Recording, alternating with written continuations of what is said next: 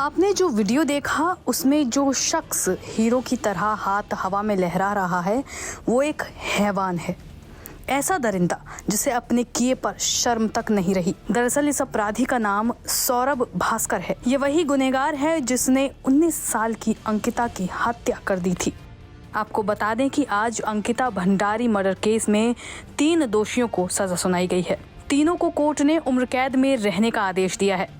इस फैसले के बाद सभी को लग रहा था कि शायद दोषियों को अब तक अपने किए पर पछतावा हुआ होगा, उन्हें सबक मिला होगा, लेकिन हैवानियत की हद इस अपराधी के चेहरे पर साफ तौर पर देखी जा सकती है। एक बार आप ये वीडियो दोबारा देखिए।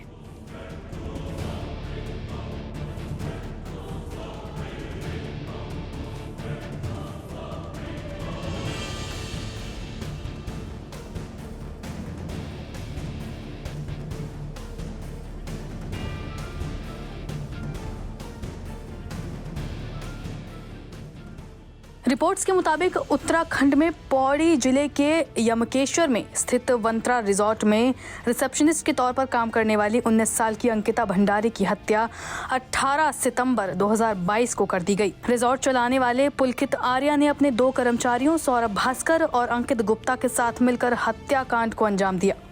पुलकित के पिता तब भाजपा के नेता थे और राजनीतिक कनेक्शन के जुड़ने के बाद इस घटना को लेकर बड़ा बवाल हुआ था।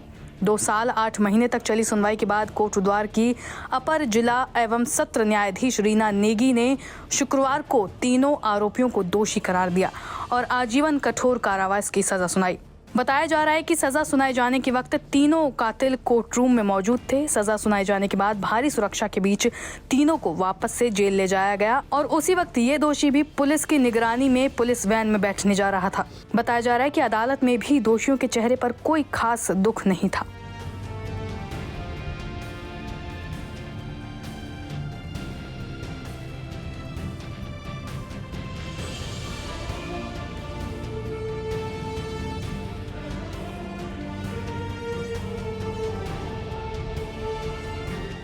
अभियोजन पक्ष के मुताबिक किसी बात को लेकर अंकिता और पुलकित के बीच विवाद हुआ, जिसके बाद उसने अपने कर्मचारियों भास्कर और गुप्ता के साथ मिलकर ऋषिकेश की चीला नहर में अंकिता को धक्का दे दिया, जिसमें डूबने से उसकी मौत हो गई।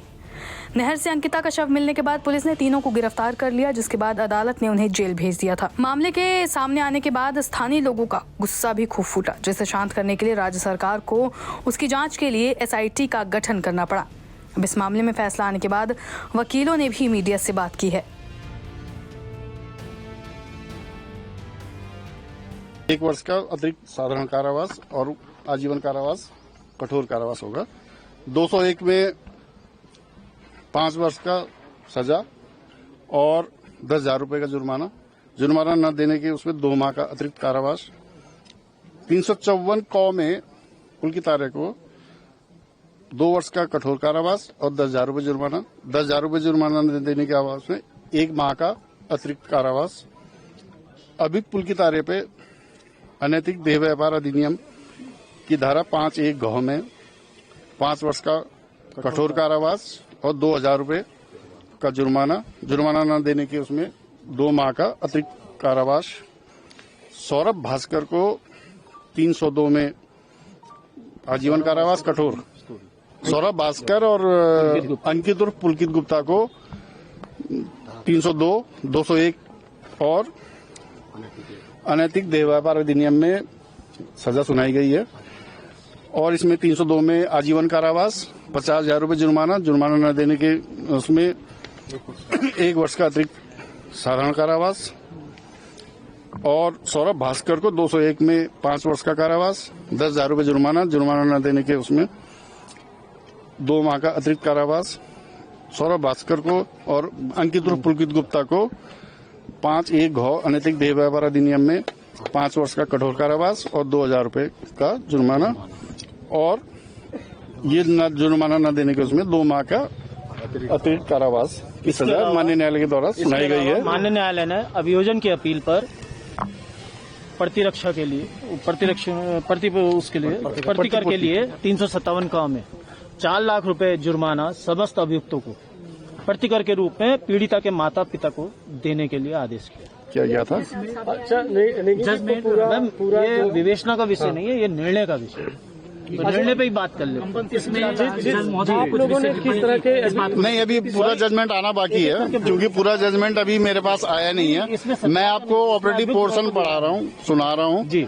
जब हम पे पूरा जजमेंट आ जाएगा तो मैं पूरे जजमेंट के आधार पर आप लोगों के साथ पूरा डिस्कस कर सकता हूँ। लेकिन इसमें यह है कि हमको एक महत्वपूर्ण उपलब्धि हासिल हुई है। इनको आजीवन कारावास हुई है। इनको जो इनके द्वारा कृत्य किए गए थे, आपराधिक कृत्य किया गया था, इसमें इनको सजा मिल गई है।